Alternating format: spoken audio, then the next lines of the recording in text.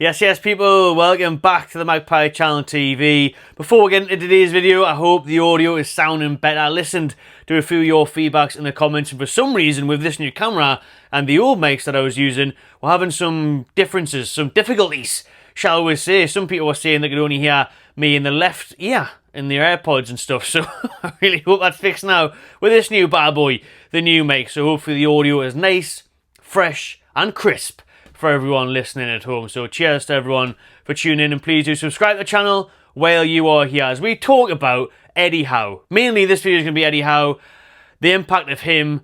Obviously the international break is now thankfully over, but we're just going to recap on that because it's been an unbelievable weekend for the Mags in action for their respective countries.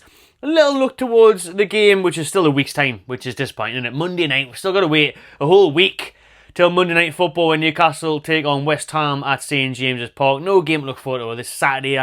That's a shame. So more on that maybe towards the end of the week. And obviously a little cryptic message that might have been put out there by Newcastle United Football Club themselves with the image of Marc Guehi looking on at Tino and Hall. But as you can see as well, I'm repping the Magpie Channel hats. I'm going to come in a bit close actually. I feel miles away. The hats are here. Oh, dodging punches better than Mike Tyson there. No surprise, 58. Dodging punches better than Jake Paul. I'd do him in, wouldn't I? No bother. Anyways, point being, black hats, white hats, black and white hats, appropriate, are on sale now. It is snowing outside very soon in Newcastle. It is freezing probably everywhere you're watching, apart from you lucky lot that live miles away.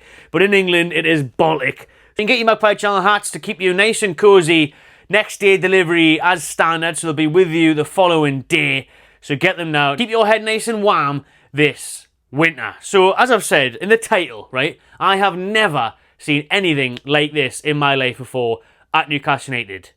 3 players playing for England from the toon. And I honestly, I was even a bit too young for Shearer. So, for Shearer, when he was representing England, you know, I was in the Michael Owen days, you know, the Rooney days. That's when I really started watching. I remember watching the 2002 World Cup at 7 AM in primary school when it was in Japan. So, fantastic stuff. But that's when I remember. So I didn't even really get to see Shearer for England. And then I could never remember seeing a Newcastle player playing for England after that. If I think back now, I mean, Owen, briefly, when he was at us, and briefly played for us when he was fit enough, because we all know England took centre-forward for him. But when I look back, what, Andy Carroll, was he even at us? Was that Liverpool days, like Jenas, Dyer, the odd sub-appearance? I can't even remember. You know, Stephen Taylor, Lascelles, they never got there. Nolan wasn't there when we... What Newcastle players were actually involved in England during those early 2000s, late 2000s, when I was bang into it, and even in recent times until the takeover happened, you know, who was actually playing for Newcastle, for England? Genuinely, I mean, surely I never got a call up, disgrace, Mark Slayer, you know, but I can't remember. So let me know in the comments as well if I'm missing somebody, but obviously the classics from back in the day, you know, Gazza's, but even he was really involved when he was at other clubs, and that seems to be the growing trend here. You know, they might have been Geordie, they might have been playing for Newcastle before, but when they were actually involved thoroughly in England, it was at another level. For the first time since 1997, Newcastle United had 3 players involved in an England game, all playing at the same time. So the last time we had 3 toon players starting for England in the same side was 1997 against Georgia in a 2-0 win, which Shearer scored in. Nearly 30 years since we have had 3 Magpies in the 3 Lions. But last night that all changed with Tino Livramento, Lewis Hall and Anthony Gordon. If you cast your minds back when we signed Tino and Lewis Hall, I optimistically and ambitiously predicted them to be England's future fullbacks and ours for the next decade. This has happened way sooner. Way sooner. Listen, all the eyebrows were raised when we spent a lot of money on Lewis Hall and Tino Livramento. Tino, 35-40 million. Lewis Hall, 28 million. Anthony Gordon, who now scored his first goal for England last night. Very well done to him on the left wing there. He's kind of cementing that place. Let's hope Thomas Tuchel was watching keenly. And he is a fan of Gordon, to be fair. As Anthony mentioned in an interview with England earlier this week, Tuchel did try and sign Gordon from Everton for Chelsea. So he should still fancy his chances of being in that England side for the World Cup qualifying campaign. And then hopefully at the World Cup in 2026. But Gordon getting his first goal last night, brilliant. He jokingly said that it's about time, as he had missed quite a few chances for England. So he's up and running now. He's firing. It was a great finish. It was actually an assist from Tino Livramento. So that was a lovely ball in from him. A little bit of a deflection, a little bit of a dodgy clearance from Ireland. But it still went down as a Tino assist. That goal made in Newcastle there. Gordon finishing off Tino's cross, and Tino was brilliant on his debut for the senior side. Fantastic on that right-hand flank. Brilliant going forward, comfortable defensively, and you can say the same for Lewis Hall. I mean, Lewis Hall, his rise in the past couple of months has been ridiculous. Absolutely ridiculous. I mean, you've got to think back last year.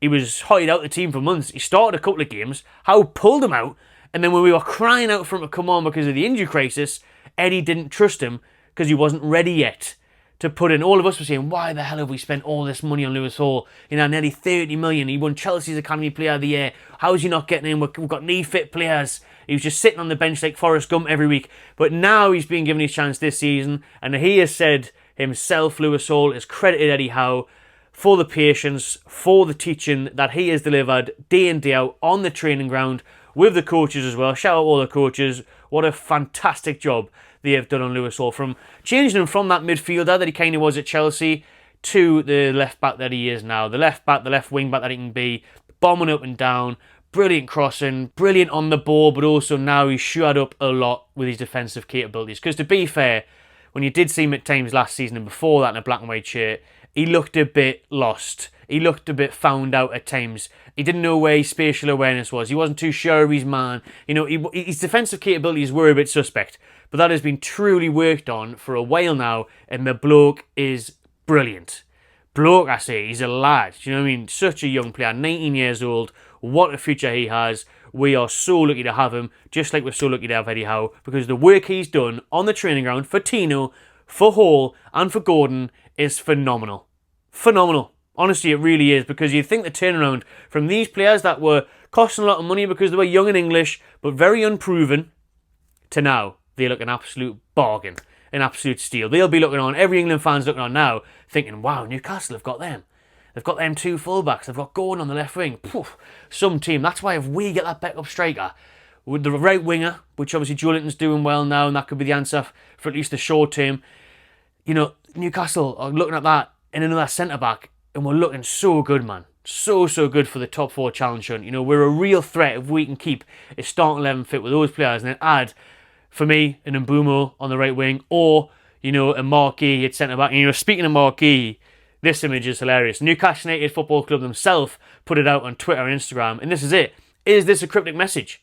Is this a little point towards the future, maybe? Or is it a dig at the past and a dig at Steve Parish, who was having us awesome along with the dodgy interviews he was giving out to media outlets, saying that, you know, Guehi's a generational talent and, you know, he's going to cost a fortune, and turning down £70 million bids. Guehi in that picture to me is thinking, man, I wish I was their club teammate as well as their national teammate, because he wants to be involved. He is wishing he was a mag. He wants to be part of the Toon Army, Marc Guehi. Well, he might be. He still might be. Listen, we might go back in from in January. Palace are in the mud. Parish is knackered. The manager hasn't been doing well. So it's been a horrible season for them so far. And Parish must be thinking now, Palace's chairman and owner, thinking, I should have accepted that money. Now do we go back in January, give him 40, 50 tops, because Guehi deal's running out. And Guehi will want that move. He wanted it in the summer, man. He wanted to come to Newcastle United. So that could still happen. Guehi could still come. And then how's that for your back line? 3 out of the 4 are Newcastle United players. Incredible. Because even then, I know people in the comments and his mates still be saying it and let us know, 50 million for Guehi, are you mad? It could turn out to be like the Hall and Tino situation all over again, where in a year or two's time you're thinking, we only paid 50 for Guehi. We're the 100 now. That's the way we're doing it. That's the way Eddie Howe does it. Tyndall, Jones, a lot of them. Yeah, so that could be it. And for me, Guehi, I know he hasn't had a good start to the season by any means. He's had some dodgy moments. He did score as well not long ago, but it's just the whole Palace side have been crap. So I can't really blame him that much. He does fit the capabilities and personalities of a Newcastle United player and the defender that they want, who can cover ground quick, who can chase his man down, who is a smart player and is comfortable on the ball, very technical as well, and he's tall like we like, so he's a threat from corners, set pieces. So Guehi would still be a very good signing, and I would love to just say that we had 3 out of the 4 England defenders and one of the wingers. You know, amazing stuff. And then Longstaff will be captain in the midfield anyway soon. But I'm just being silly. But seriously, Guehi, is that a little message there? Was that just a little dig at the past? Let me know what you think. Would you just go back in for Marc Guehi in the summer? But I just want to make a quick video recapping the international break, how well those three have done, how long it's been since we had that many Newcastle United players in the squad. Not to mention we should probably have Pope in there as well, as one of the three keepers. He's not going to play, but, you know, just getting those numbers on the board for the amount of representatives for the club is fantastic. And also shout out our other internationals. Almiron actually played really well for Paraguay, I'm hearing, against Argentina. Isak has obviously been on absolute fire for club and country. For Sweden, he's been brilliant, really linking up well with their other centre-forward that's linked to join Sporting's ex-manager at Man United. So they've been on fire. Isak scoring assistant. Sandro Tonali got his first ever international goal for Italy in their win on Friday night over Belgium. So it's all been swimmingly well in the international break. And I tell you what, that'll only do us wonders heading into this training camp this week. The lads have just getting back from Saudi, so they're playing departed today. So they're going to be landing in Newcastle today or tomorrow. And then when they get back to Benton, get back to the training ground for that game against West Ham on Monday night, they will be full of confidence. People will be buzzing about the place, feeling 10 feet tall. You know, Sam will be coming in, happy as Larry. Bruno as well, playing for Brazil, Miggy. And then obviously the England boys, they'll all be full of confidence, full of momentum, hopefully. And I really hope that the international break hasn't killed our momentum, because we were on a really good run of form there. You know, beating Arsenal, beating Chelsea in the Cup, Nottingham Forest away. We didn't want this international break to happen. So I hope we can pick up where we left off.